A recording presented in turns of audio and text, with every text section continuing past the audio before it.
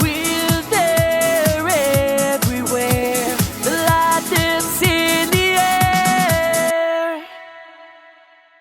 And gentlemen, welcome to another episode of Queer There Everywhere. I'm your hostess, Glitzy Von Jagger, and today on my couch, on my sofa, I have the gorgeous, the very fabulous, the outlandish. How dare you turn up looking more fabulous than me?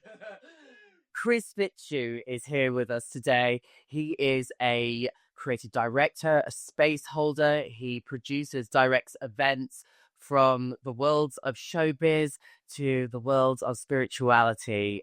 You work in conscious creation. You have been a TV presenter, an MC, a host.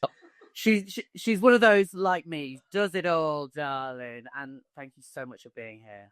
Well, it's my pleasure. Thank you. I love you so. I'm going to start saying about how fabulous you lot.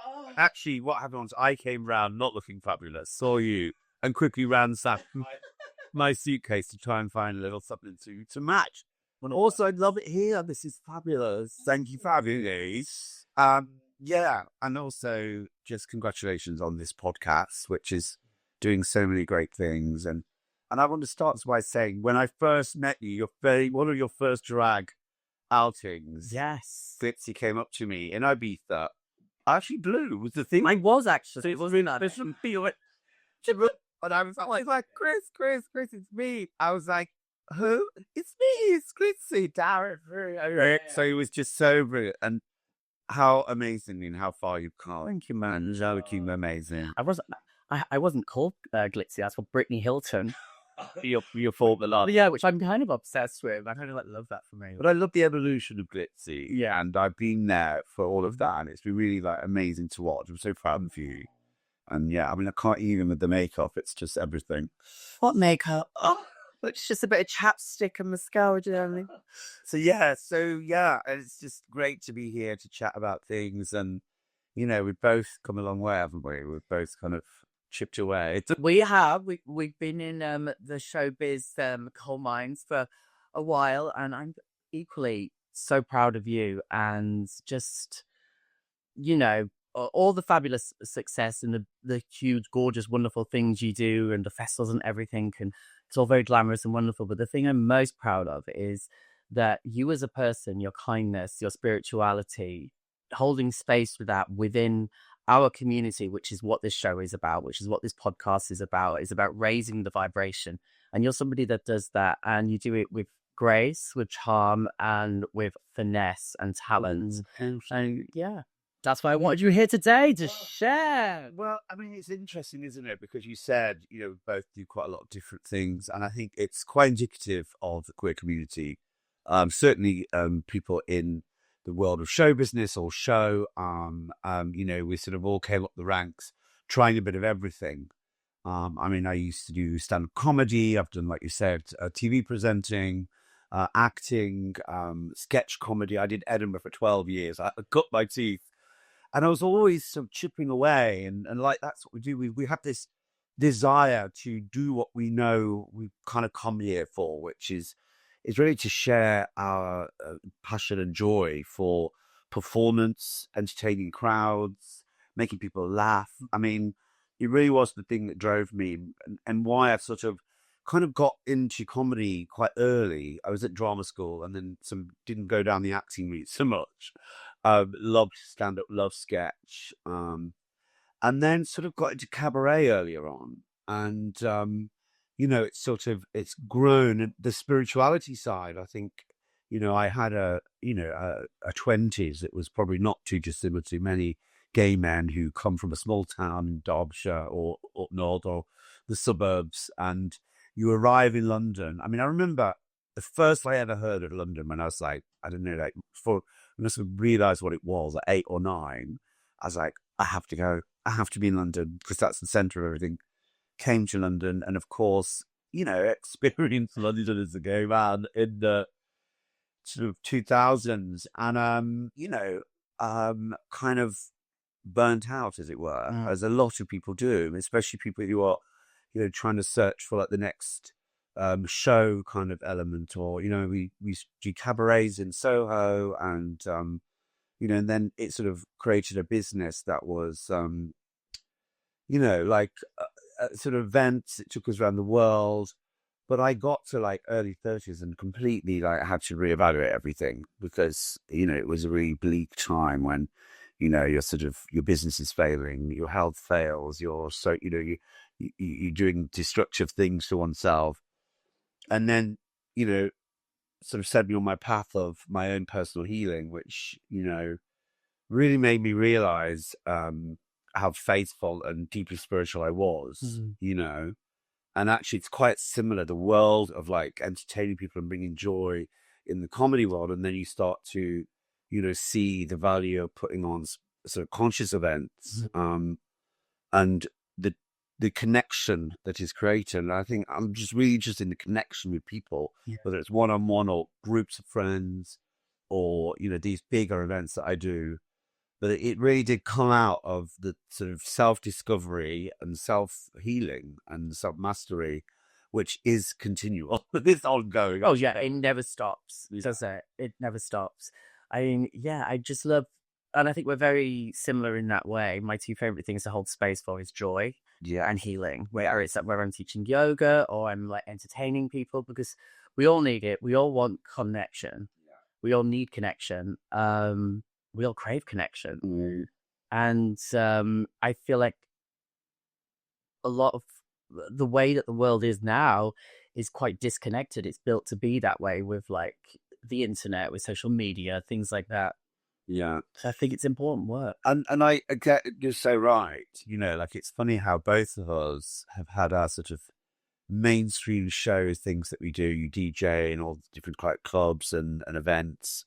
And obviously, your work as Glitzy, which is so brilliant. And then you've got the yoga and that element. And I've always seen that in you. And I've been the same. I've like, it's also, and also the other similarity is the whole ADHD thing, which both of us are post. I mean, it's funny, like, it's like, it's been so interesting to really like dissect the brain, and how, a lot of the choices we make are because of our bright and brilliant brain. I've learned to discover, to accept, but actually it really is something that one has to sort of navigate. But it really is a link, I think, to the fact that we do all of the show side and then have to maintain ourselves with the yoga or the meditation or the practices that we're doing, which, mind change all the time, what I do. But that journey that I've taken to sort of like discover that, I want to live, a fulfilled, true human that I, possibly can be, which was hidden for years and years and years. Like, when you grow up queer in a small town, you literally hide yourself so much. And it was so funny at school, like my approach to not being found out to be gay basically was like, be friends with everyone. Like before they can bully you, like, be friends with them. Be on the pupil representative council, organize the school ball, be on the debate society, do all the sports, do all the music. I mean, literally, I was a busy girl. Yeah. Busy. But actually, I realized that not only was that, a sort of mechanism to cope with not being seen to be gay, it would be the end of the world in my school, and bless it. It's different now, but of course, for young queer people have different problems. But back then, that was our main thing, and just living in the fear of the shadow of the AIDS epidemic, and it was a tricky time. But I also, looking back and sort of how my life's gone, realized it was also actually suiting the fact that I probably had a very ADHD brain. Yeah. So it's like, and actually, I'm quite proud of myself for like surviving that. Yeah. And it really did. It took years to be proud. I mean, you sort of, the guilt and shame that's attached around being gay, having like a sort of mind that is quite, I said, I can't describe it. Until you know that you've got ADHD, and there's a lot more awareness around it now, but I don't know when you first realized, but for me, it was fairly recently, the last couple of years. And so you just think, I don't know, you feed into that shame when you like certain reactions, and you're like, oh my God, am I an awful person? And why was I so? And then when you read up, you're like, oh, and a lot of it, you know, you're like, oh yeah, I am really sensitive, and you know, what the one where you're very what's the word? Where you're very engaged and politically like injustice. Yeah. I can't like, why do I get so incensed with Yeah. injustice? And it's all those things. Then you learn, you can sort of give yourself a little bit of a break and be like, Yeah. okay, well, you know. Yeah. No, it's true. But I think the injustice, because I remember being at school and seeing people be bullied for whatever reason. And I was so, because I knew that I, at any point, could be that person, could be exposed to be bullied and have that. I would be constantly trying to like protect people, you know, try and intervene when things were not right, the injustice thing. Yeah. Which, like you said, it's linked to the ADHD as well, because you can't bear if things are wrong. And it's like myself, I spend my whole life really trying to be fair, trying to do good for everything, trying to, you know, this whole trying to be liked by everybody, which is the whole ADHD thing. I mean, it's exhausting. And because when you're over here trying to make everybody okay and entertain them and, you know, employ them and get them rallied and right, you know, and sort of looked after, and your family and friends are here, but then you just, you know, you're messing up over here, and it's constantly, you know, that game in the fairground about the mole thing, Whack-a-mole. This is like, and it's like, you know, one has to give ourselves a break. You know, I know every single human has their own lot. When I say lot, I mean their own, you know, the spectrum they're on, the upbringing they've had, the person they are, and you know, we're all brilliant. We're all unique, amazing people. But we do have these trials and tribulations to sort of navigate and turn what actually, you know, started off as quite a hurdle and difficulty to be a superpower.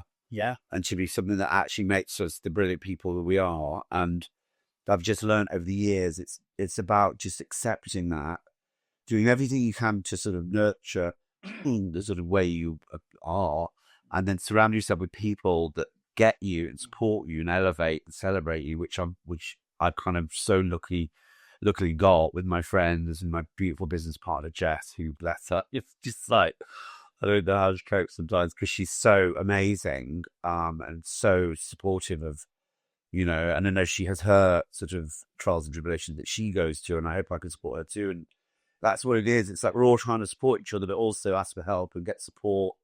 You know, but I think it's a beautiful thing when you can grasp stuff because of the life you've had and understand yourself a bit more and understand what it is to be a human on earth, a soul on earth, a gay, queer soul on earth, and then impart that wisdom. You know, like even, you know, the few people might, you know, sort of resonate with this story. Many people, I hope, but it's and I've also started doing a lot of queer circles. So this weekend just gone, I was at Wider Horizons, which is an amazing a spiritual retreat for young adults, 18 to 30. And it's so beautiful. It's 6 years old. Excuse me. What's the water? It's I might have some water as well. Cheers, God. let's have a little coffee break. He's 6 years old, run by someone for Glenn Ben, G, who's just a great man who just wanted to create a space that was a conscious retreat festival sort of vibes, with lots of empowering workshops for 18 to 30-year-old young adults that are, you know, can be a bit lost, have, you know, gone through all sorts of, you know, mental health issues, struggle, you know, with, you know, this world, like you said, being in this world at this time, is certainly for people that are really empathetic, really, really open, open-hearted and open-souled. And I just think there's so many people being born at the moment, actually, beautifully and excitedly, in the generations behind us, that are a bit way more awake. But they really do need places to go to be able to navigate. And, you know, there's a lot of queer people on these courses, on these weekends, and I feel like quite proud again, you know, that I can hold a space for them. And we, you know, we have queer circles, so, you know, it's very well known that, you know, we have men's circles and women's circles that are ancient old, that have been tribes for, you know, millennia. And I was working a lot at Medicine Festival, another conscious festival, for many, many years. And I was just sort of like, there's no queer representation in these spiritual retreats or festivals. It's really, and this was like 5 years ago, there was like only me and one other person on the entire bill that were gay, queer, in any way, shape, or form. But I thought, well, rather than bitch about it or do something, and so I set up Soul Pride, which was a queer LGBTQIA retreat. It's fabulous. It was so sweet, and we had 150 people come of the whole LGBTQIA plus and loads of lovely eyes. We had Cliff from Attitude came, and Danielle from I always forget her company, amazing, beautiful trans entrepreneur. What's her name? Danny St. James, of course, beg your pardon. Just loads of great people. You were there. Yeah. And it was just fab. A retreat by day, festival by night, lots of workshops and, guided tours is supporting and helping mind, body and soul healing fundamentally, because that's what we're here for, to heal. And, it didn't last as an actual, I say it didn't last. It lasted a few years, but obviously then we had the pandemic, which sort of, scuppered everything and made it very difficult. But what I felt it did, it sort of almost brought the energy to the land, because it's on the same land, Wasing, beautiful land in near Reading and Berkshire. But actually, I think was, the queer movement of all of us there, dance classes, circus skills, deep, meditation and yoga, and then an evening cabaret and open mic and dancing till late. It was truly magnificent. And we brought the queer energy to that land. And then from then on, the year later, I said to them, I'd like to run a queer circle alongside the men's circle of women. Yeah. And it's open for everybody. And 90 people came. Wow. It was like we had this quite a small, amazing. 90 people came and sat around, and we had everybody from, people who, very out gay people to, a mother who wanted to come because her son had recently come out and she wanted to understand more. Right. To a bisexual boy who, younger, didn't really didn't feel like he fit into the sort of heterosexual camp or the gay camp or the queer camp, but just wanted to talk about it and just be around, peers. And it was probably one of the most defining, proud moments of my life, just to sit there and go, do you know what? We're in a conscious festival, 5,000 people, with all these different workshops going on everywhere. And actually here we are sat, and it's a sharing circle. It's the most simple thing. We go around once and then we go around again, because actually sometime on the first go round, people are too scared to, they don't know what to say, or but then by the second go round, when you've heard people and everybody's inspiring everybody, and people like literally just like, it's really discreet. We make a solemn pact at the beginning, that nothing is taken away from this particular circle, and no one's to discuss it with anybody outside. So the people have this feeling of just open-heartedness, trust, and just, the ability to be able to share. But actually the healing really is in voicing it. Yeah. As we know, like a problem shared is a problem solved. Yeah. A lot of the times, guilt and shame for anything about our mental health, about our sexuality, about who we are, guilt and shame is a dialogue and a narrative that's going on in your own head because of various things that's happened in your past. Probably, traumatic events, or sometimes even just seeing things and absorbing, like, people saying awful things over there, and it just adds to your almost inner dialogue. But once you sit in a circle like that and you hear everybody just also very similar issues, it dissipates. You can feel the healing and you can see the release and the cries. And I just did a queer circle this weekend, young adults, and beautiful, amazing souls just showing up and coming. Some of them like, I just didn't fancy men's circle today because actually, and yay them. Yeah, we have some, we had some heterosexual people come, who were like, you know what, like I feel resonated to this queer circle, and to show my support, but to hear you, to tap into the queerness, because everybody's queer, let's face it. Yeah. I mean, you know, I love, and I start actually by saying that the word queer, I don't know about you, but I could not get on board with the word queer for years because it was a word that was used around me as a child up until not that long ago. That was the worst word to you know, call abuse and hurl abuse at a gay person. You know, queer. I mean, I'll never forget a story when I was 7 years old, and I was my next door neighbor. She had a beautiful, you know, amazing. I'm just looking to see if you've got a lemon coloured bridesmaid dress, that bottom lemon. You got the lemon high skirt? You lemon. That's giving like lemon bridesmaid. It's shorts, but it's you. And I was like, and please don't you wear that, please. I was a shit. Please let me wear it. And she's like, you can't wear that. Boys don't wear dresses. And I was just like, anyway, I popped it on. Of course. And going back to what you said, the joy I felt was just, oh my God, joy, joy, joy. Spinning around, like literally just living my best, like, you know, probably Belle from Beauty and the Beast life. And all of a sudden, there was like a someone coming up the stairs. Thud. It's my dog, quick, get under the bed, hide. So I hid under the bed and suddenly with wearing this. I mean, we could laugh now, yes. Because imagine, oh yeah, Terrence Sponge thing, like literally shaking, wearing this yellow and beautiful dress.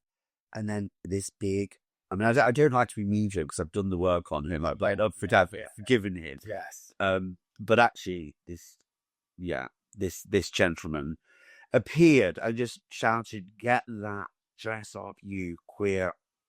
Yeah. And it was like, Yeah. that remains. And you know, and I feel like a lot of, you know, can you imagine just being like that scared and then thinking, God forbid anyone finds out that I'm gay. God forbid if I ever, like, you know, want to ever dress up. Yeah. And I think a lot of my 20s was like, you know, a screw you and putting on any old dress, you know, everything and anything I could to dress. Now I make a career out of dressing up fabulously, spinning around, because I actually do loads of work on it. You know, part of the thing that probably set me into tears in my early 30s during my Saturn return, you know, I just was doing TV, I was doing, you know, all sorts of shows and traveling the world, but ultimately I was just like, I had this dark cloud that was unresolved. It was probably all that, you know, that unresolved trauma. And I ended up being very self-destructive, and then I started doing spiritual work. And I'll never forget, it started with Antonia Harmon, actually. I'd done a big show, a comedy show at the Kensington Roof Gardens. And I thought it was amazing. I mean, I had the crowd laughing, so I was doing the job. She came up to me and she goes, "Darling, amazing, but you need to ground." I was like, "What do you mean ground? You need to ground." Interesting. I said, "It's all right, I'll do it now with you." I said, "What do you mean?" "Close your eyes." And I closed my eyes, and she went, and she did this. And I felt her energetically transfer grounding energy, and I felt grounded in that moment. Yeah. I was like, "What's that?" For our podcast listeners, Chris just grabbed hold of my delicate shoulders, sing around of mine. Anyway, and she said, "Darling, you know, next week in Easter, I'm doing." She teaches energy healing, and I'd never heard of it. You know, I mean, it's everywhere now. I was at Dirty Lake One or something, slap bang in the middle of my Saturn return, which we'll talk about a bit if you wish. But she said, "Well, at Easter, it was funny how it was Easter. We have a 3-day course. Join us on how to energy, like sort of Reiki, it was vortex energy healing." But then that Easter, planned to go to, I think it was in like Supermarché, you know, with big gay parties. Typical Easter, you know, cliche, traditional, every Easter, you go on the big 3-day excursion. Yes. And I chose to go to her thing instead. And I think that actually saved me from, you know, and, you know, that started me on my journey of learning Reiki, learning energy healing, meditating, which has been a long journey, as you know, with a brain like ours, it's very odd. Transcendental meditation. I, you know, went over to Brazil and worked with John of God. And then it basically ended up going to Peru to the jungle to do ayahuasca, Yes. which basically, you know, I think to start talking about that on this podcast, it would probably take one space. But in a nutshell, I went through a deep, I never know what to say, cataclysmic experience, which at the time was awful, but in hindsight, really did have to go through that, I felt, to get me to where I am today. Because through the healing from that, I then started to meet all the different healers, which then created Wonderment, which is my sort of pride and joy and baby, which we do. It's in its 7th year now, and it's a retreat festival in Wazing as well. And it's beautiful. You must go if you want to go to a fabulous festival this year and have connection and meet community and also have fun. It is the space is gorgeous. The trees and like it's so what it is. It's we've got lakes to swim in. We have sweat lodges, making things. I'm a big believer of these conscious spiritual events. I really strive to make them, like you say, joyous and fun and fab and jokes and like high frequency, laughter and joy. I think is the biggest healer, and I've always thought that. And making things, jewelry craft, silver crafting, pottery, art, intertwined with your yoga and Pilates and making things is so grounding. It's so nice. Well, you make so much of your stuff. I mean, it's amazing. Some of these pieces. I mean, darling, I've got to be honest with you. I've made a couple of pieces. She gets the commission. I make a mess.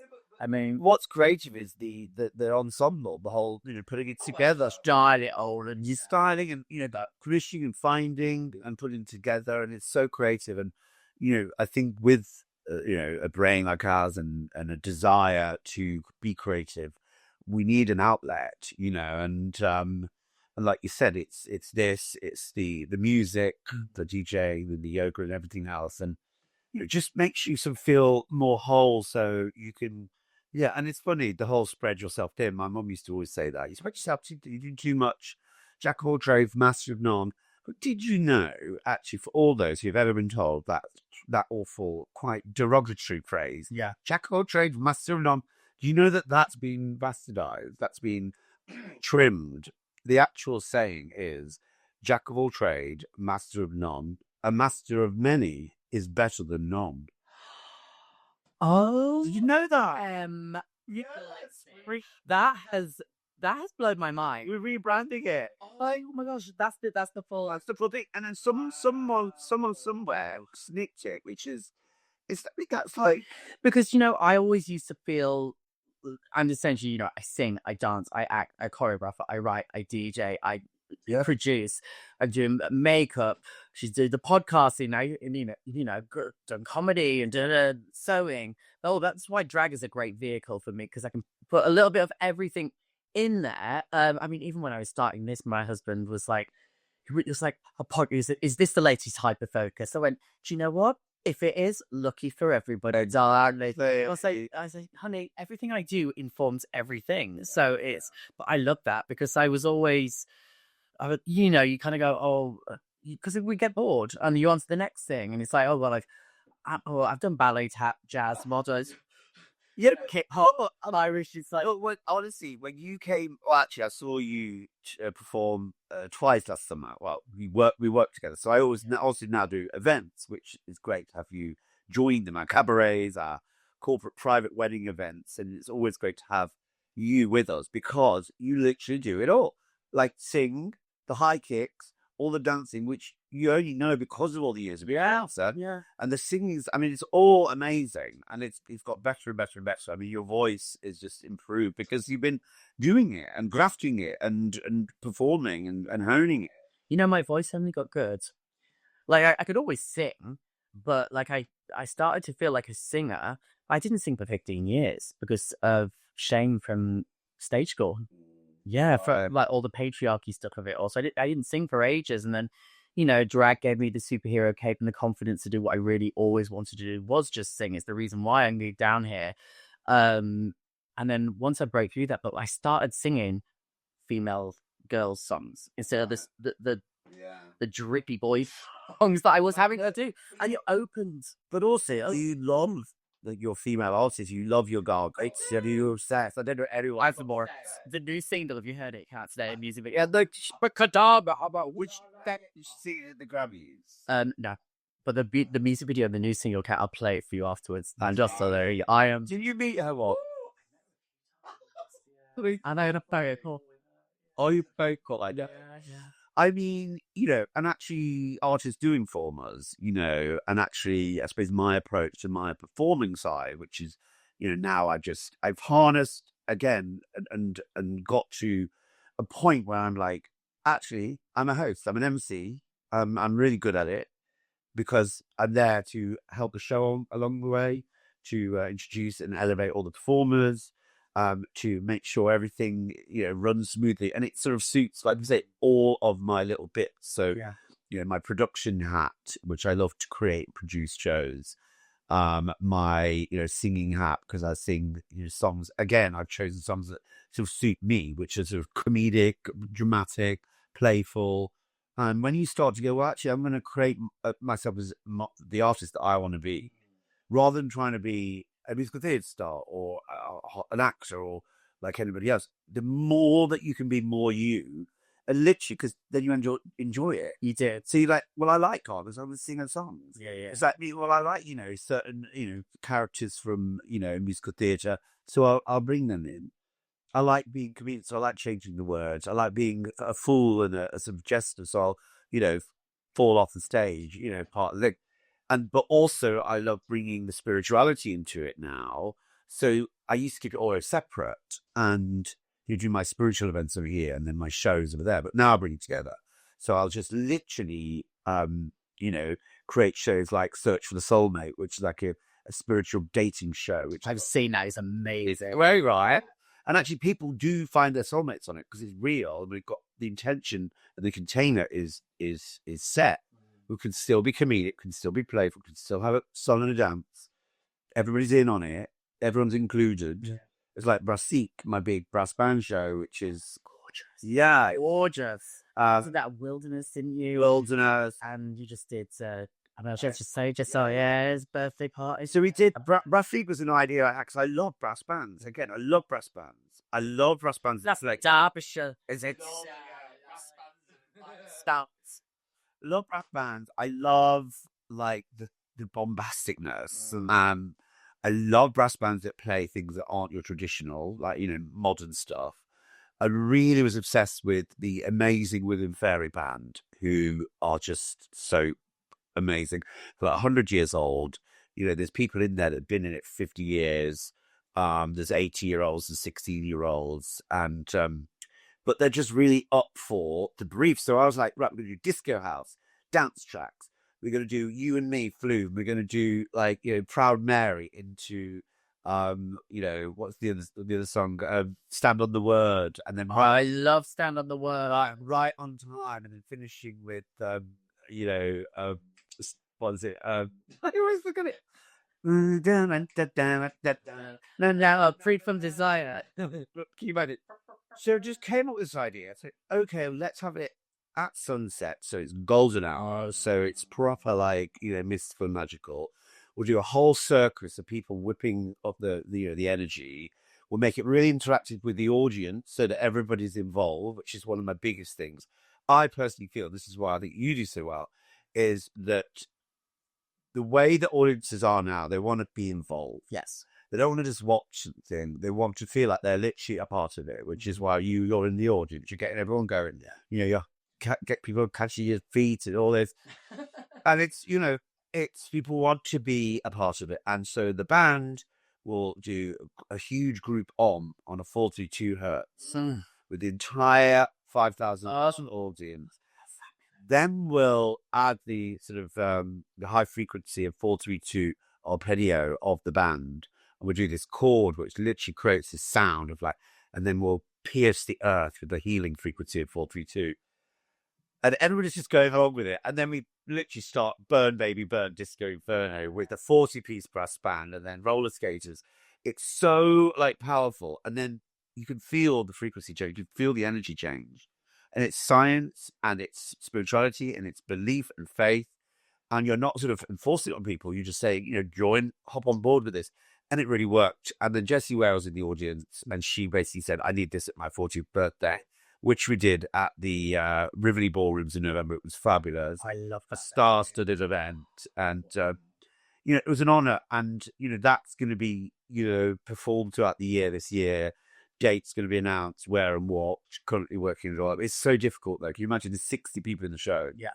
I'm currently speaking to getting everyone on the same. Well, it's more to do with the logistics and also the festivals. It's a real festival show. I mean, it obviously can work for anything, but really just about the festivals. But obviously, a lot of the big festivals, not mention any names, but the one that's over in the West Country, Somerset near me, you've got to get 60 tickets.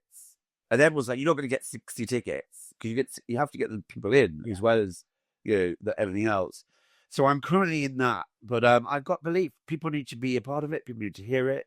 It's so beautiful. It's such a joyous, wonderful show that I really believe in, and I feel that actually it's got legs for tour and for different dates, and locations in the country.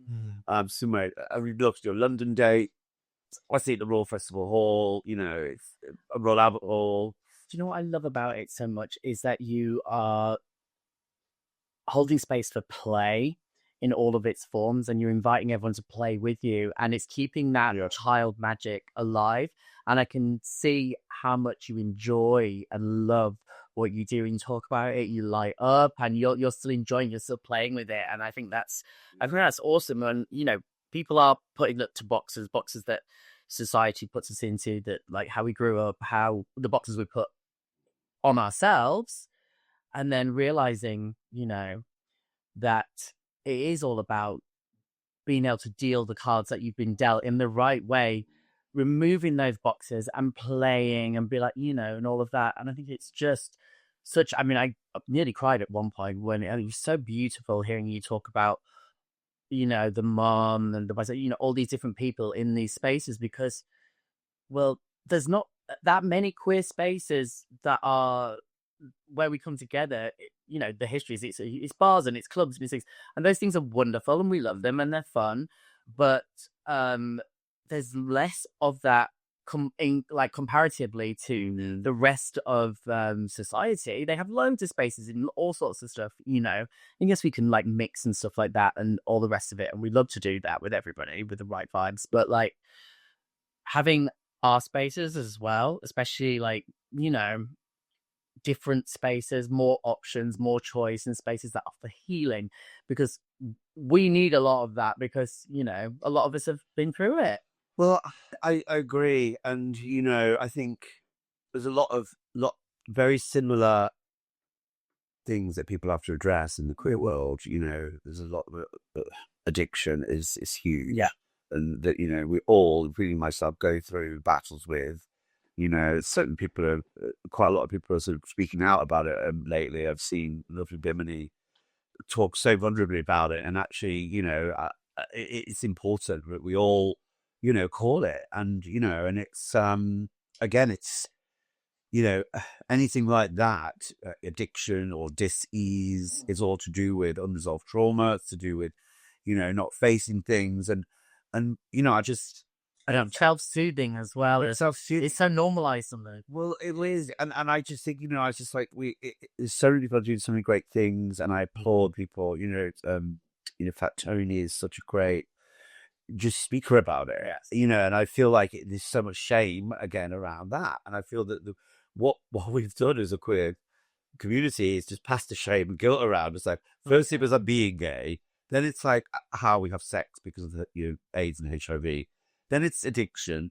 Then it's just, we need to try and keep healing it. And, really was really inspired this weekend just gone with the young adults in that queer circle, because actually, like I see they have like a bit more, almost like, I don't know, that, like I said, every generation has different issues and problems. But I do feel that there's a bit more of a sort of honor to their body about, the health and wellness, and not really drinking. They're really into their great food diet. They're doing things like this. I mean, obviously we can't generalize because so many different kinds, but ultimately it's so refreshing to see. And, I just think we can learn a lot from the generations below us. They were on the hoochers like we were back in. Oh my God. I mean, that's just it. It was like, yeah, you just sort of, when you're 14, 15, like get drunk, and then it was like, Well, everyone did that. go out, it was, I just feel that, but, it's really important, I feel. This is the biggest take home this weekend, that at the gay queer elders really do look every generation needs to look up and above for wisdom and healing and information and teachings and lessons from our own peers and from our own generation, but also from the generations below, and just like have a bit of grace around basically helping each other walk home. Community. I mean, it's like, like you said, community is a bit fractured because loads of people are sort of online, loads of people are not going out, like you said. And we really need to come together in places that aren't necessarily, destructive places, and I think you're right. These queer events need to be sort of championed if there's stuff on, certainly in the spiritual world. But then, like I said, the integration as well. Like, what's so good about doing a queer circle is I always say at the end, this is just for us to sort of like, bolster and rally each other. The point is then we go out there with this newfound strength or this bit of learning into the world, integrate, and so we can, because also the other thing is I find fascinating, I'd love to say this, in the tribes of old, the queer person, the same sex person, like, physically the same sex, or the non-binary person, in the ancient tribes of old, they were the sages, the wisdom keepers, the sharers, often even the leaders of the tribe. In American Indian, in South American, in all sorts of tribes, you will get no like dissing of, the queer person in the tribe. Original, Indian, African. Yeah. Yeah. Everywhere. Before colonialism. Yeah. And it's like, it's a shame that, religion actually was the thing that toppled all of that, as in, Western religion, not mention any names. So well, I'm always like, people are like, oh, you British? I say, I'm British. Ish. Yeah. I'm like, you don't know that I wasn't reincarnated, darling. I don't want to carry the shame of my forebears. No, it's true. And, but the thing is, I've also heard that, like, if I've heard this and I kind of believe it, you topple the gay community, you topple the queer community, or you topple the queer people, and you topple the rest of the community. Because actually, gay people are great. I mean, we're closer to the divine masculine and divine feminine. We're really close. As in, we understand our divine masculine, divine feminine, if we're allowed to flourish and be us. Our trans sisters and trans brothers who we need to really rally round. Like, they are walking a path of, I think, more divinity. And I think that's why people are scared. Yeah. Because they understand divinity. Because they're understanding that we are actually all non-binary. The soul, I firmly believe is completely non-binary, or not non-binary. They're both. We're everything. Yeah, we're multi-dimensional, multi-brilliant, multi-everything souls. Where energy, whatever body we've been born in on this lifetime on this planet is such, and we, like you said, we have to deal with our lot, and our our deck and our cards, need to be honored. And we as individuals have to find our truth and find our strength, not be marred or be, toppled by other people. And I personally think that's what's gone on with the queer community. 100 years ago, we're put in prison. 30 years ago, HIV came out, 40 years ago, and then now drugs. And it's just like, we just need to strengthen the queer community. We need to strengthen gay people, trans people, lesbian people. We all need to rally. We certainly don't need to have any discord within the community. No. Which, I think it's like that notion. Sometimes there is discord, but it doesn't come from us. It comes from exterior chat and things that are being said exterior for people to, it's like, no, let's all get on. We're all good. It's like the notion when you see a box of black ants and red ants. and they're all just busy being fine. No one's here. And they shake the box up, and then they all go to war with each other. Right. That's what's being done. Yeah. So we need to just get out there, get out the box. I don't know. Yeah. We should get out the box and just stop getting shook by these people that aren't even. I mean, I could talk for hours, but I just think we need to rally and rise. This is so fabulous and so fascinating. I have always thought that, the queer magic, but like to be friends with us, to understand our culture, what we've been through, what it takes is a certain degree of emotional intelligence, of empathy, of a lot of qualities as a human, kindness, lots of things that is really, really important to be a good human being. So it's like we're having to relearn the planet and, untangle all things. And by doing that, I think, you're absolutely right. It is about us all strengthening one another, healing ourselves, not just for the benefit of the community, but for the benefit of the world. Because when we share our magic, we're creative. I don't know any queer people that aren't intelligent. I mean, I'm sure. Now I'm like, well, no, but that's true. But it's so we do so much for the world. I mean, whether it is creating the amazing things like from theatre to shows to music, which is our population now. I mean, go on, exactly, exactly, and and I think it's. I mean, I saw something the other day. It was like it's something about every girl needs a gay best friend, and it's true. We're so loyal. I mean, yeah, we might get distracted with life and things, but we really have loyalty in our core. Yeah, even if we don't show it. I have a lot of friends where I feel bad. So I'm not, showing my loyalty, but I would take a bullet for all of my friends because I know. From it, my full spiel, but no, but the magic you talk of, like I said, I feel that the empathy and the understanding, intuition, and compassion because of the journey we've been through because, like I said, we've had to sort of hide ourselves as children. I mean, this is how clever I was. I mean, I speak about this a lot. Again, it's a story where I feel, oh, poor little Chris, but I've done the inner child work. I was like 5 years old at school, like, the year one of school reception. And it was the Friday mix-up where you could do Capacity Corner, that was for like the geeks, or like, sort of painting over here, the Wendy house there, which obviously I want to do in the Wendy house, or the sandpit in the cars where all the boys went. And it was, I knew as a 5-year-old that, of course, boys have to be in the sandpit. Yeah. You've got to be there. Otherwise, this is how I thought as a 5-year-old, people are going to know. I didn't even know then that it was about being gay. But I thought they're going to know that I'm not like them lot. Yeah. And I know I have to be there.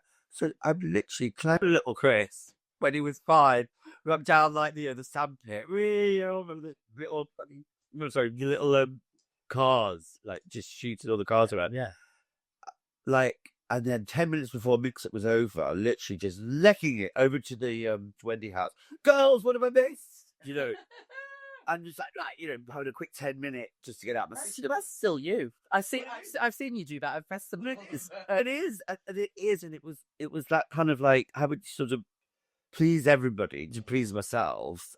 Being born on Christmas Day as well. I mean, a bit, so iconic. Born on Christmas Day, and like, can you please tell the story about how you thought it was Chris? Yeah, well, because I'm Chris, born on Christmas Day. I mean, look at me. I'm like. I'm dressed as Christmas today. And they do say the day you're born, like, you sort of live your life as that. And I live my life as it's a Christmas fabulousness. And, but when I was to the age of 4, I just thought that Christmas Day was Christmas Day. I just thought, like, well, yeah, of course, thanks everyone for coming, and I'm putting all the lights on, Christmas tree in the corner, and loads of fabulous, like remember those 80s like Christmas decorations and stuff, like silver foils. You sold me out. You love them, and all the villagers put the lights up for me, the garden, and everyone got a present on my birthday. And I remember, honestly, I felt like, and I always used to feel really sorry for my brother and sister who were born in April a lot. You would? Well, because they just used to get a Ghostbusters cake and a trip to the leisure centre. I'd be like, oh. At least at my birthday, you get a present. I love it, the drag delusion. I know, but it's also so cute. But then because it actually says a lot. Actually, it says a lot about me. When I found out that it wasn't it's more about me, which was on Christmas Day. Yeah. I was 4 years old, and it was the nativity play at the church. And I kind of like always thought, oh, what coincidence! Like this baby's born on the same day as me. Oh, it's like cute, you know. And I was dressed as a shepherd. And can you imagine? I knew then at 4 years old that was not my casting. I was there with a tea towel on my head, a dressing gown, Fuming. Fuming. And all the angels up there, like then a curtain and the tin foil. You know, the what do you call it? What do you call that? God, they're tinsel, Yeah. gold tinsel. If you're Angel Gabriel, and all the others were silver, just to diminish. Rachel Carmen played Angel Gabriel. I can remember in her. That's my role. Not Rachel Carmen. No, Rachel Carmen. If you're watching, still not gone over it. Anyway, and then we did like the whole thing, and I just was like, oh, I just remember feeling like, you know, we were all like, oh gosh, and oh, I'm laughing because I remember like how jealous I was of Dorothy when we did the Wizard of Oz. The mayor of Munchkin City in the county of the land of Oz. But I was like, yes, I just want to sing Somewhere Over the Rainbow and wear red sparkly shoes and have a gorgeous little like plaid dress. Show. Listen, go on. So what? well, yeah, and the vicar at the end, he said, girls and boys, whose birthday is it today? And I was like this boy on the floor that just, you know, put the tea towel up the face. Yeah. It's mine. Yeah. And the whole audience, the villagers who obviously knew me, would just burst out laughing. Oh, yeah. Just laughing. I was just like, why is that funny? Yeah. Well, it's my happy birthday. Where's my happy birthday song on the cake? Where's the balloons? And and he was, you know, probably sheepish. He said, well, who else's birthday it is? Rachel Carmen, Porando. And she must have said Baby Jesus. But I didn't hear her. For 5 years, I thought it was her birthday. Oh, no. Christmas way. Oh, well, you must have hated this girl. She's still your role. Because you fuming. So, you know, it was cute, but like, it really, well, every experience in life adds to who you are. And that really did add a lot. And I did have to do a lot of work. 24 ayahuasca ceremonies to get over it. What, 20? Oh, no, I didn't real joke. I did 6, but like... Oh, you did 25 Christmas Day? Yeah, I did. Yeah. I just, you know, had to go through a lot of healing because all things. Like, was that a thing? Because I already mentioned it's like worse than finding out Santa isn't real. What do you mean? That it wasn't your birthday. No, it was awful. But do you know what? It wasn't so much the shame of me thinking. I mean, it was like I thought, and it's hard to explain. You never thought, before the age of 4, your brain works funny. You just go on what's shown. Of course. It was just more about everybody laughing at the fact that I thought it was my birthday over Jesus's. So I had this sort of like, you know, oh my God, you know, I hate receiving things. I feel a bit shameful around it. I'm like, you know, but it surprises me you don't like receiving things. Don't be rude. I thought it was a family show. No, I just generally find it difficult to, you know, but, you know, I think a lot of people do. People generally, you know, certain British people that, oh God, don't give me a present. Yeah. I mean, I need another present. Do you know when everyone's like, oh, what's your love language? I'm like, everything. But you're an August baby, like, see, it's all like, you know, opposite spectrum. Yeah, it is. But do you know what? Because it was summer holidays. Yeah. Like I didn't see anyone. I never got like the fuss at school that everybody got, and I already had no friends. And then like, what was little Darren like? Oh gosh, little Darren was very sad, very scared. Oh, am I showing my nunny? Oh, and it's like ridden up. Okay. Well, it's covered, and also you're welcome. Yeah, yeah, I've got it back. Even. Yeah, little Darren was look, up till 6. It was wonderful. I lived with my nana and granddad, and I was allowed to be myself and just play with makeup and my nana's clothes, and I put on shows. And my granddad would sit me on his knee, and I'd read to him. And there was some woods next door to us, and I would just go and play in the woods, or you know, on my own and stuff. But I had one friend, a little girl, 4 years old, I used to play with, but I think I like braided her hair or something, and like her dad was like not into it, and that was that friendship over. And I can remember like a couple of things when I was that age of like, them trying to buy me Action Men and be like, I don't want that. I don't want that. I was like, where's my Little Ponies? Where's my Barbies? Well, nice, So, yeah, but then like from 6 till 16, it was as soon as like, I had to be around society more, I guess, and I also wasn't living with my nana and granddad then, and there's a lot of stuff at school, at home, on the streets, and so I was just scared all the time. I was really scared, yeah, all the time, and my only outlet was books and music and dancing, and those are the 3 things that I would do, and I'd just be in my bedroom, pretending to be all 5 Spice Girls, pretending to be Britney Spears.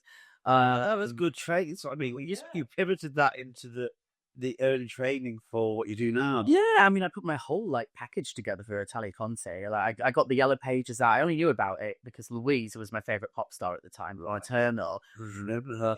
I mean, not dead naked. Well, it Smash Hits magazine. She had an interview and she said that she wanted to go to Italia Conte, and I wanted to be just like her. So I found it in Yellow Pages when everyone was like, I want to go to that there Italia Conte. How do I go? And so they sent me the brochure, filled it all in. Got a £5 megabus down on my own. Oh, remember that Megabus. It is, yeah. I think it's £5. Yeah. You audition? What? Do you tell your parents? No, well, I was in like foster care at the Oh God. Yeah. And my foster parents were lovely. But yeah, I don't know. I mean, they let me go down at 16 on my own, but like, it like Barb at London, no phones, no anything, no guardian.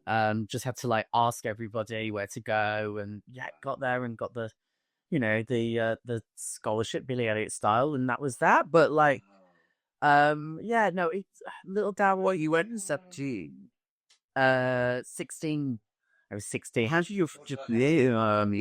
I got, like you said, like Arts Council grant, and actually also social services were very proud of me because of where I was from, and not a lot of kids do things like that. So they continued like funding me as well for my like, they were giving me money for my digs and like food and things. I hope that still happens. I hope they social services still does nurture young people who have had it, rough. Yeah, I think they try their best. Yeah, I think they do, and the Arts Council is still going, and there's scholarships and things like that. But it's also people don't know to ask. So if anybody is young and thinking of going to the industry and think they can't afford it, just like there's so many places to go. Maybe even like we could put some links on this because I did the same. I kind of like went to drama school and sort of kind of basically put myself in drama school because my parents didn't want to fund it, and but actually I started producing a lot of stuff to do little shows to make money for drama school, and just that causing all this sort of this and do quite a lot of random things to basically fund myself. But it's exhausting, because when you go to drama school, you really do need to be focused on that. Yeah, can't really do much other stuff. But I wish I'd have sort of like known about. I didn't even know what the Arts Council was then. I was like too busy putting on shows. I think it was Conti's, and Conti's they were very good. With like liaising with my social worker and me, and putting us in touch with all the different right people, and they did really nurture me as well. Like Anne Sherwood, the principal, she was amazing, and it was I was lucky to get it. I was very grateful, but I also worked really hard to do it. I did a paper dance lessons, would take myself an hour there, an hour back on my own, and my nana bought me my dance shoes with her like doll money and stuff like that. You're pretty early. I know I am. And that, she did it for him, but that's given my age. What age are Yeah, based on you, darling. Well, I would wear worn nicer shoes. But yeah, no, I mean, I love that story. It's so sweet. Yeah. But no, I think it's certainly a journey. We've got so many parallels. It's so wonderful actually when we sit and actually think about it. The drama school that they're aiming to do stuff, seeing each other the journey, and having to sort of support our journey. That's we're very ambitious, but I feel that the ambition isn't like we've sort of tapped in something that recognized that the ambition was never really about being like necessarily like, you know, the mega star. Well, I know you are a mega star, but it was almost like my drive is to just entertain people, and see audiences wherever it is, you know. Now, when I just realized that was my goal, you know, to be able to do what I do, to see a crowd just have a ball, whether it's a conscious festival, whether it's, you know, simply abroad, you know, I'm really now blessed that it's travel doing what I do. And, you know, people, it's contagious and people want, you know, to book you for other stuff and more. And that's the other thing. When you sort of, I suppose you become humble about being a performer. And I remember being at drama school, you know, everybody was like, oh, could we, you know, either in the West End Theatre or in Hollywood or, you know, a movie star. Anything else, there's a snobbery around it. And I remember quite early on going, no, actually, I want to do cabaret. I want to do sketch. I want to do Edinburgh. I want to do like stuff. And, you know, and actually, yeah, I'll do corporate events. I want to make money just performing or doing something. I think it's really important for people to know that actually you really can do so many different things with the skills that you learn at drama school, or some people don't even.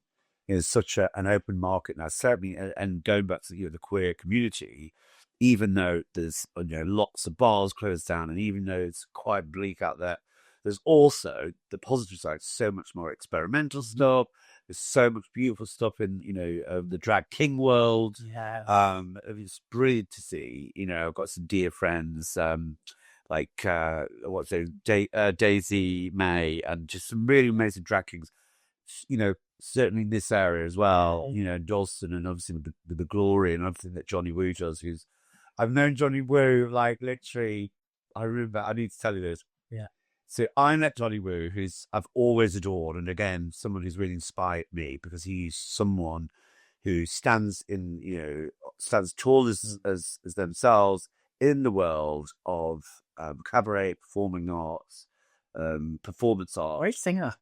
Great move, and just also she's so slim. Like, how did she stay so slim? I'm like, babe, what is the secret? I'm just like, oh. I met Johnny when I was 21 and I was in New York, in Manhattan, in a club. And he was like, oh, hi, I'm from England, which was weird in New York. I was like, what are you doing? He's, I'm just doing some performance art. Just, you know, doing, you know, fabulous. I think he said the word cabaret. I'm doing cabaret. I was like, well, you know, what do you mean? No, performance art I was doing. And I was like, wow. I was like, what is that? Just, you know, express yourself, art, performance, you know. And then about 5 years later, I was at Edinburgh Festival, and I was doing a show called Who Wants to Be the Disco King? It was an amazing play, and actually Johnny Woo and his troupe were on after, doing a show called, it was the Bucks Fizz people, Making Your Mind Up. Whatever happened to, there's one of the Bucks Fizz ladies, I can't remember now, but it was a great show. Made really good friends with him again in Edinburgh, and I said, oh, do you remember me? I met you in Edinburgh when I was 21. And he did remember me, and that's another story. But oh yes, I was spilling some truth. Johnny, Woo, and I, really good, great friends. And, give a little. What is Woo? We had a really good night and a right laugh. It was great to see him in Edinburgh, and I've seen him throughout the years just do so much for the community. You know, and you know, I think it's so great when you've got these people who work tirelessly, you know, for bringing it into the community. It's exciting. I think it's an exciting time. I really do. I'm a big believer of thinking that even though we, of course, talk about the difficulties about being gay and queer and the struggles which come along, I think it's also really important to acknowledge all the achievements, all the great things, the amazing, wonderful. I mean, you know, Chapel Roan last night won Grammy. You know, queer artists, yay! You know, we've got just such a representation out in the mainstream world. Yes, of course, there's an equal and opposite amount of, I don't know, I don't want to call it. But without celebrating and like lifting ourselves up through that, it's hard to have the energy to do the other work for the other stuff. You've got to cultivate that PM. Well, that's it. And you know, and just to see, the freedom and expression and things like, you know, when you go to, you know, like the Mighty Hoopla people and all, it's just like a we're here. And it's an exciting time. And I feel like there's just some tweaking to still go on with like getting our, healing, to keep healing, and I'm work in progress. We all are. We really are trying to like just be well. Yeah. And be harmonized and be balanced and, not harmonize. Oh, I like that. Be harmonized. That's a cool drag name. Beyonce, right? Yeah. Be big For a beehive. Yeah. But no, I just think it's really important to recognize the work. The work's always going to be done, which is for ourselves, for our community, for others, to pass it on, to keep passing the advice around, but also celebrating the wins, because there are. Yes. There are. I thought the Grammys last night was a big win. Lady Gaga speaking out for trans rights, Chapel Roan speaking out for trans rights. There was lots of queer winners. Billie Eilish, Chapel, Gaga, Beyonce. Beyonce, all the girls cleaned up. I actually saw. Am I missing something here? So I saw something about all the people who have won Best Album, right? Yes. It's best, and it's all women. It's Best Album for men and women. Or is it best? Is it Best Album? I don't know if I'm. Forgive me if I'm wrong. It's this Best Album, which is just Best Album, or is it Best Album for women? Best Album. I think it's Best Album, and it's always. I think it's always just Best Album. It is, and it's every single one. They do make the best music. True. Period. But I'm really sad that Ray didn't get anything, because she's my all-time. Did you not? Unless I'm wrong. Sorry if I'm wrong, but I just was flipping through it. Right? Yeah. I mean, her performance was the best. She's the single most amazing performer that I've ever been enamored by. I mean, I love all the ones that you love as well. However, Ray is a prophet of our modern times. Thank you, Ray, for watching. You've literally given me life and inspiration. She gets the audience involved. I went to see her at the O2, and she evolves. She's so down to earth. She's so real and raw. The fact she's done it on her own, without sort of going to the music industry. Well, she did and ditched them. And I personally think that this is another sign of things to come. Certainly, again, by the way, Chapel spoke about, looking after artists. I love her so much. She look after artists, pay artists, sort out artists, healthcare. Certainly if you're signing them. She's like the Joan of Arc of pop. Well, she is. She is so real. She is, but all the stuff with the paparazzi. But Ray's Ray's also fighting the flag. I mean, she literally said she was like, can we pay the writers? Can we make sure everybody's looked after? And I think this is really, again, going back to what is so positive about this time in humanity, actually, is the light is coming. The shifts are very obvious. You don't have to look at all the people that did run the music industry. They're all connected to who and all going through that. And all the new people coming up are independent, are writing about beautiful things, aren't slurring humanity with their awful rappy lines, aren't being homophobic or misogynistic. They are celebrating humans. Yeah. And I think Ray and Chapel are sort of the Joan of Arc, the sort of Baudelaire Joan of Arc, not Baudelaire, she's wrong, but these queens are coming up to inspire people. And I think there's going to be a complete turnaround in the music industry. Yeah. And management and using the artists as pawns to make money. It's not going to be, because people have started to stand up and speak out. Yeah, like Reverend Marianne Bude as well. The women, as always, are that they're holding space for that, and they're using their platforms and their power to say what needs to be said. And and it's just good for everybody. We've just all got to get on now. It's just like the women, queer, men, and also be there for the men, because there is a shift. It is tricky to be, and I see so many dear brothers struggle, and there's a lot, as we know, mental health issues and suicide of young men, and it's obviously everybody, but it's really tragic to see, and it's because of the shift.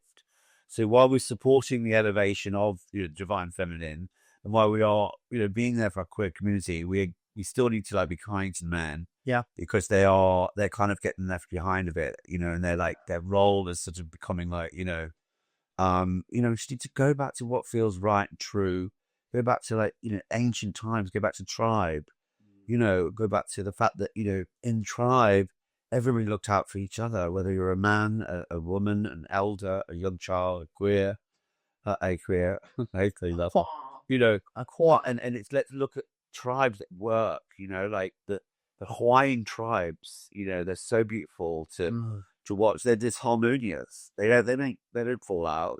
They're there for each other.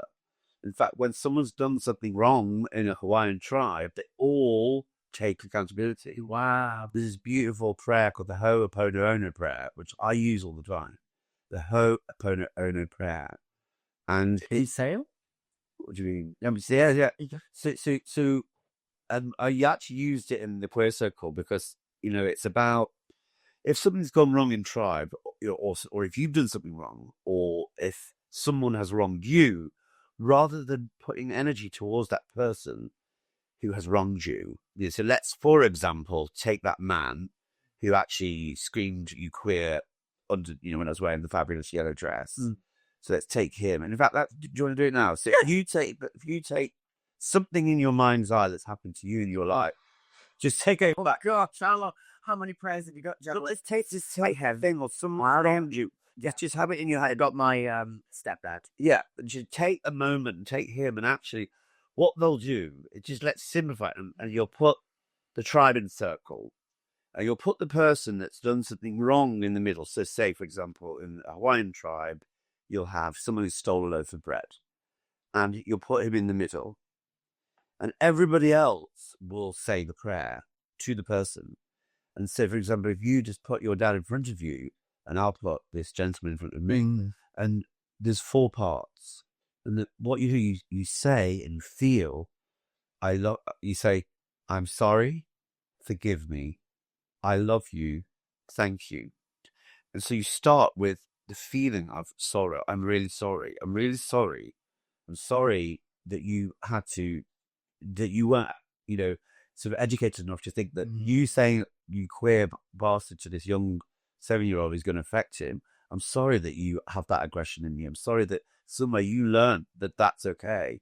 I'm sorry that you stole the loaf of bread because actually you were hungry and we didn't, make sure that you were well fed. I'm sorry to your dad who, didn't know any better other than your stepdad, other than to do the things he did. Like, so sorry. From my soul to yours, I'm sorry. And you feel the sorrow in you. And when you felt that sorrow, you then move over into forgive me, and forgiveness, and to feel forgiveness. And you turn it to you like, just forgive me for holding you in that, hatred all those years, and forgive me for having, this sort of linear of bitterness that's kept me from not forgiving you. It's forgiving is so powerful. Forgive your, grudges. And I advise everybody, and I have to tell myself, forgive all the exes, forgive the grudges, because it's energy that you're keeping and storing. So you're forgiving your father, forgiving the guy who, who stole the bread, and we're forgiving the man who, was awful to me. And then when you felt as much forgiveness as possible, then you move it to the I love you part of the prayer. And you just shower unconditional love to your dad, to this young chap who stole the bread, this man who was awful. Just just say, I love you, and feel love. Because at the end of the day, we are all connected. We're all love. We're all God. We're all connected. We're only being, disservice to ourselves in the end if we're disservice to others. And you just shower love, and you feel the frequency of love, and then This is deep work, Tom. I wish I didn't choose my stepdad now. Come on, carry on, I'm with you. Well, and then you go deep, then you move from deep love to thank you and gratitude, and it's thank you for the lesson. Thank you for teaching me something here. Thank you for you stealing the bread, so we know now in future we all rallied, we all had more bread. Thank you for teaching me this. Thank you for sacrificing this horrible, probably energy that you probably held, the man who was awful to me. Thank you for having that happen to you, because actually I've learned so much from that juxtaposition, that awful thing. And I know we can't heal awful things in a day, but we can certainly use this prayer in the harmonious way that the beautiful Hawaiians do. We can learn from them, and we can just try and bring it into this culture, into our culture. It's beautiful. It's really beautiful. I'll give it a go. So, you're supposed to be fun and fast. Just like, hold on. No, I have to give it a go. I'm sorry. Because I do know that the way that he behaved is learned. I know what it feels like to not be the best version of yourself, and that doesn't feel good. And whatever he's been through to have made him how he was, I'm sorry for that, and that he has to act out in that way to not deal with something. I'm sorry. Just really feels the sorrow, feels the frequency of it in your body. Yeah. That's the thing with his. All I can feel is my corset. Hold on, no, I'm wait. The memories that are also within our physical bodies, so we can transmute the stored frequency and stored energy that's in our body. So sit with sorrow. I'm sorry. Forgive me. Or is it I forgive? No, you're just Forgive me. forgive me, and actually I forgive you, and forgive me. I forgive you. Just the frequency of forgiveness around the whole story. And I forgive myself for carrying that because I shouldn't have to. And that's not who I am. And I'm very, very forgiving. And I've forgiven, I think, everything and everyone other than this is the only one that could, but I love myself enough to forgive myself for carrying that because I know why, but I don't need to anymore. So I forgive myself for that, and I forgive him for the same reasons. Just putting myself in his shoes, his childhood, whatever happened, because we all know what pain and fear and all of those things are. They're awful to receive, and I know because I have. And so, yeah, I forgive you as well because whatever happened to you, for that to happen, is not very nice. So I forgive you. I forgive me. Oh, no, this is number 3. That's when I was like, okay. I wrote your hand on your heart. Okay.